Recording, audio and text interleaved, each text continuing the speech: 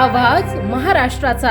नमस्कार, मी सुद्धा संध्या लाईव्ह मध्ये आपल्या सगळ्यांचं स्वागत। महाराष्ट्र राजकारणात सध्या एका बाजूला कायदेशीर पेच आणि दुसऱ्या बाजूला राजकीय मोर्चे बांधणी असे दोन टोकाचे चित्र पाहायला मिळत आहे। क्रीडा मंत्री माणिकराव कोकाटे यांच्या विरोधात नाशिक न्यायालयाने जारी केलेले अटक वॉरंट आणि त्याच वेळी माजी मंत्री धनंजय मुंडे यांचा दिल्ली दौरा हा निव्वळ योगायोग आहे की भविष्यातील मोठ्या राजकीय बदलाची नांदी।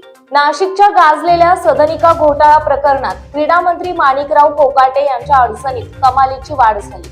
उच्च न्यायालयाने त्यांची 2 वर्षांची शिक्षा कायम ठेवल्यानंतर आज नाशिक जिल्हा न्यायालयाने त्यांच्या विरोधात अटक वॉरंट जारी केले आहे। न्यायालयाचे कडक ताशेरे, कायदा सर्वांसाठी समान आहे, मग तो मंत्री असो वा सामान्य नागरिक, अशा स्पष्ट शब्दांमध्ये न्यायालयाने कोकाटे यांना फटकारले।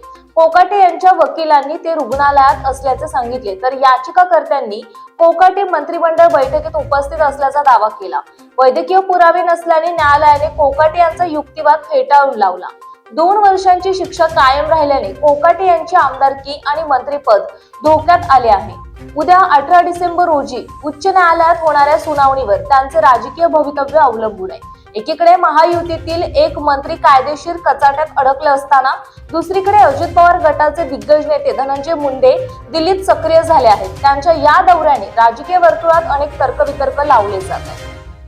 ताज्या आणि महत्त्वपूर्ण बातम्या पाहण्यासाठी आजच आमच्या संध्या लाईव्ह न्यूज चॅनलला YouTube वर सबस्क्राईब करा आणि बेल आयकॉन प्रेस करा।